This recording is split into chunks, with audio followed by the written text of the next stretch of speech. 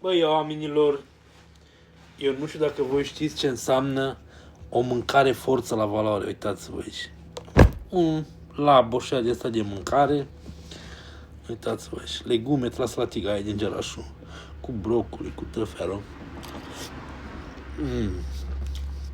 Mamă. O cărniță.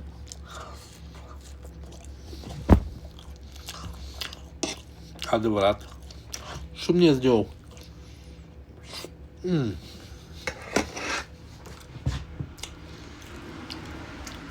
Asta înseamnă mâncare forță la valoare.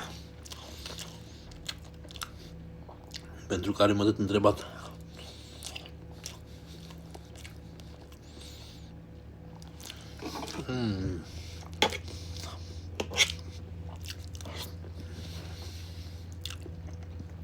Pentru mine, am pentru voi, că sunteți mai bogați, o fi altceva.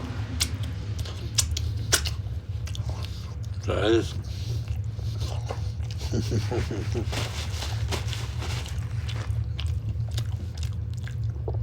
Ducă tata și grijă cu plățile voastre, alea forță, la valoare.